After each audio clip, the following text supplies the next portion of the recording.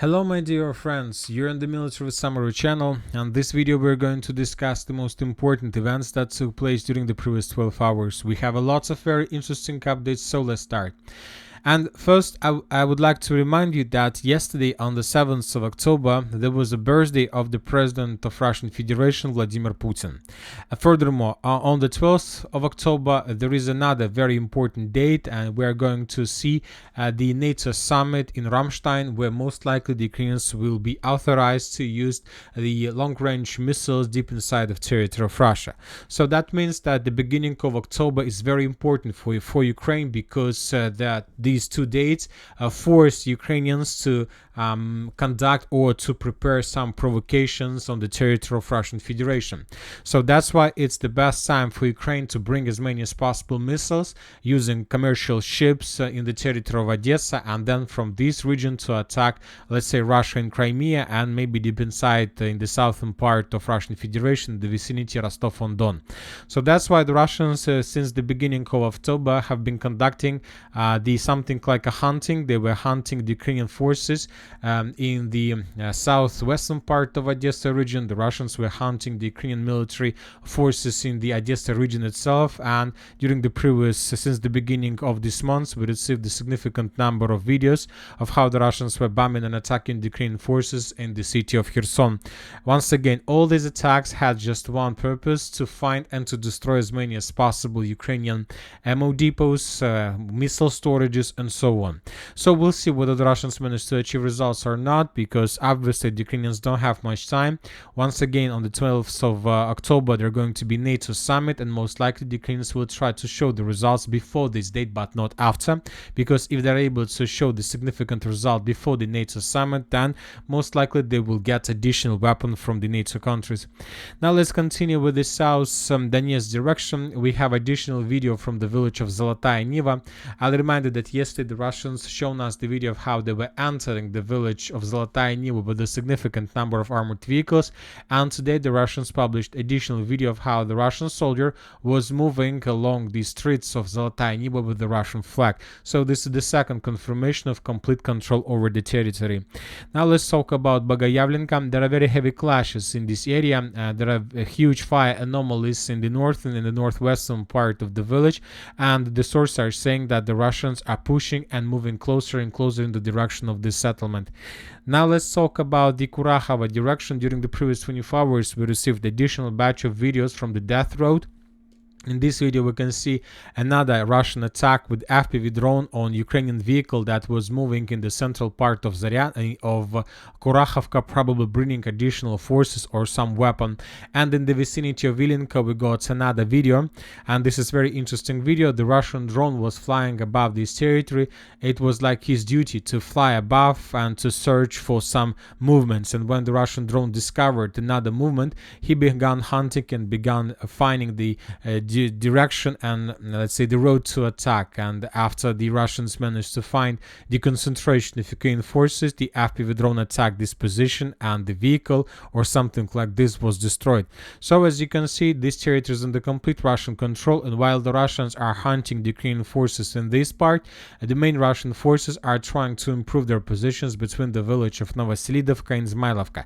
Yet we haven't received anything, even a single geolocation or any map report that the Russians managed to improve their positions, but the sources on the ground are saying that the Russians do have some progress in this area, and that the situation for the Ukrainians is very critical. I'll remind you that according to different mappers, by the morning of the 8th of October, this is approximately the territory that was already captured by the Russians.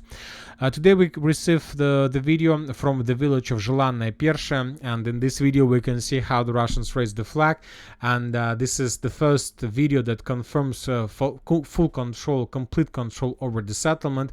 Recently the Minister of Defense have let's say confirmed control over the settlement. Then there was several videos, and just today on the 8th of October we received 100% proofs that the village was completely captured. Furthermore, the sources continue reporting about very heavy clashes in the western part of the village of Tsukurina. The Ukrainians still have their positions in the farms, and the clashes there are very heavy.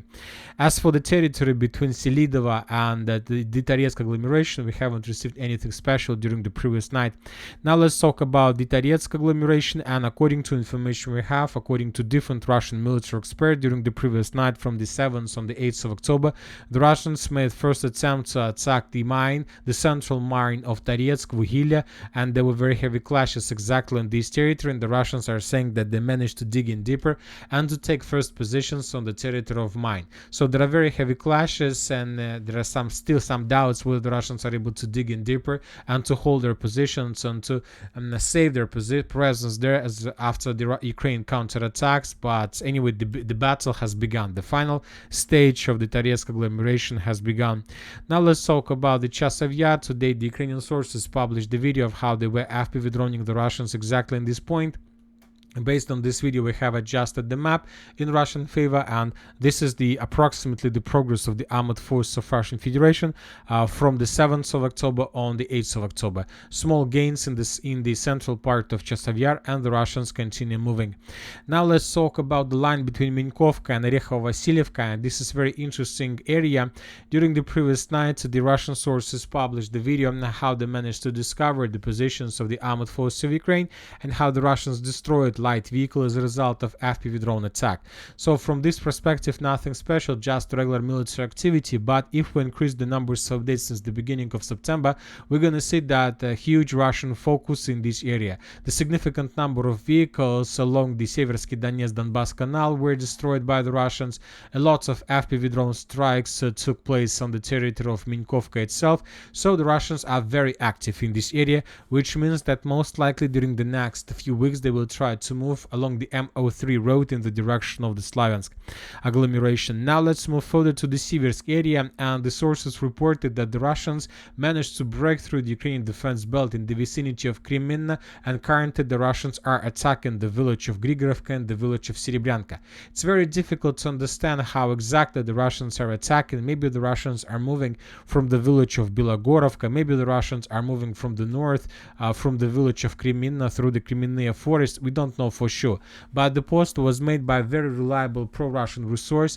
Once again, he stated today at 11 a.m. that the Russians managed to break through the Ukraine defense belt in the vicinity of Kreminna forest, and they began storming of the villages of Serebryanka and Grigorovka.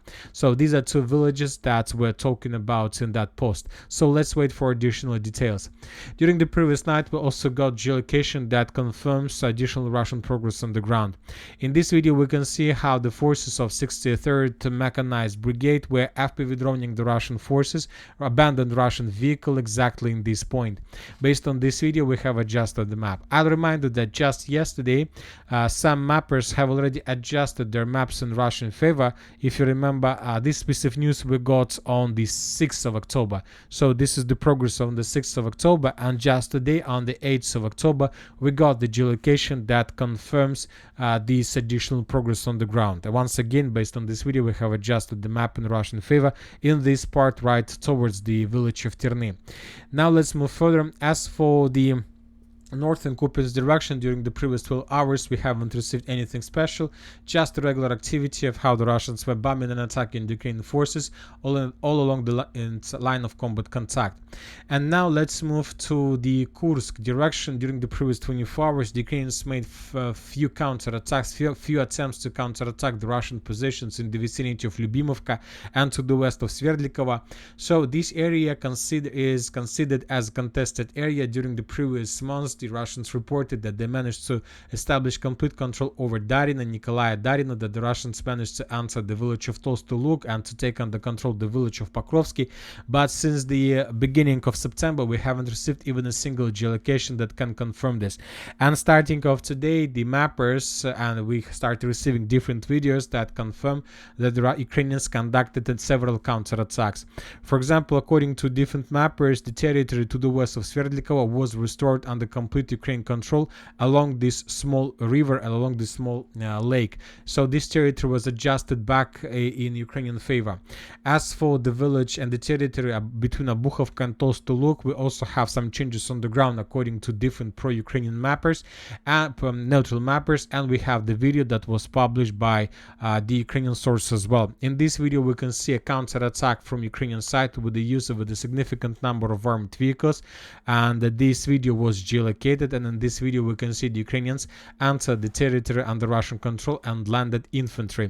So the Ukrainian counterattack took place exactly in this point, and based on this video we have adjusted this part under complete Ukraine control. So it's very difficult to understand what the Ukrainians are trying to do right now, but the thing is that the Russians stopped their offensive, they stopped their counter-offensive in this direction probably 2 weeks ago. Most likely the Russians managed to complete their goals. They managed to restore the supply line between the town of Koreniva and the town of Glushkova along the railways. They secured the lines and they stopped, and now the Ukrainians are trying to counterattack with the purpose to restore control over these lost territories. So most likely during the next week there are going to be very heavy clashes exactly in this area. As we understand, the Ukrainians still have plans to take under control the town of Glushkova, and now they will try to do this from the east first. During the previous 2 weeks they were trying to counterattack the Russians from the south, but most of those attacks were repelled by the Russians. The Ukrainians suffered significant losses in vehicles and personnel and manpower, and now they decided to start everything from the beginning, but now from the eastern side. So let's wait for additional updates.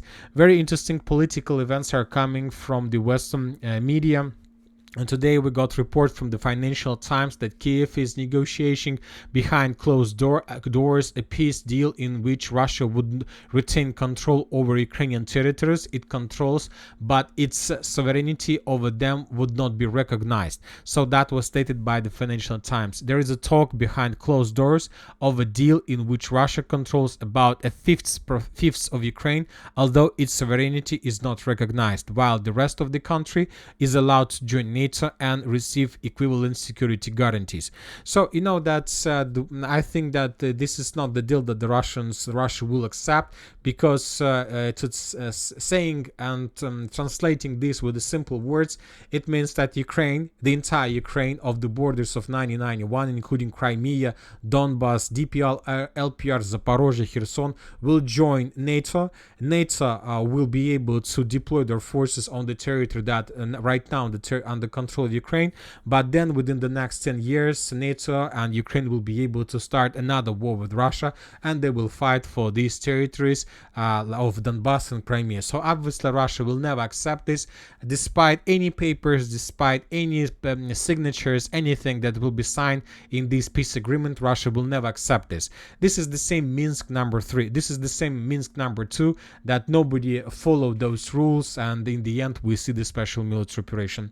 Most likely the Russians will insist on the furthermore, Russia will ask for more, obviously more territories, and Russia will insist on recognizing that Russia will have sovereignty over these territories. Obviously, this is the thing that the Russians will try to force to have. We continue receiving different updates from the Middle East, and according to information we have, the Israeli and the United States of America continue preparation to attack the territory of Iran. And according to information we have, the Pentagon stated that we recognize Israel's right to respond to Iranian missile attack, but we want to reduce regional escalation. For example, some higher ranked authorities and forces in Israel suggest to attack Iran oil facilities and so on.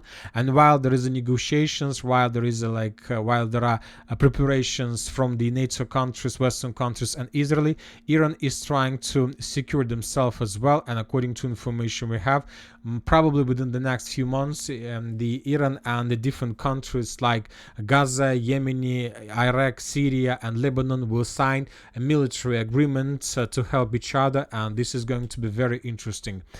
Furthermore, we have additional reports from the territory on the ground. The Israeli forces continue their offensive operation, their special operation along the border with Lebanon, and today the Israel Defense Forces has announced now that the entire northwest area of the border with Lebanon is now considered as a closed military zone, with access being totally prohibited.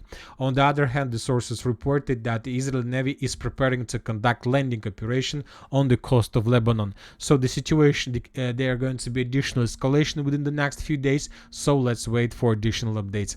And that's it for the short video. Military Summary channel reminds we condemn any violence in the world. Thank you for watching. Subscribe to my channel, put your likes to my Patreon, and have a good day. Bye bye.